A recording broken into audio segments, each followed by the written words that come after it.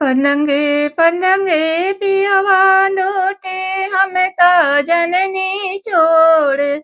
पनंगे पनंगे पियवा लूटे हम ता जननी छोड़। पकड़ी पकड़ी ये सासू जी घर में घुसन चोर। पकड़ी पकड़ी ये सासू जी सासू आईली टार्च बड़ली कर दिहनी अंजोर। इज्जत निहनुए बहु आई त बबुआ हवे मोर।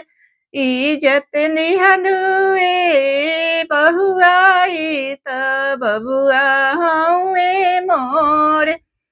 पनंगे पनंगे पियवा लूटे हम ता जननी छोड़। पनंगे पनंगे पियवा लूटे हम ता जननी छोड़।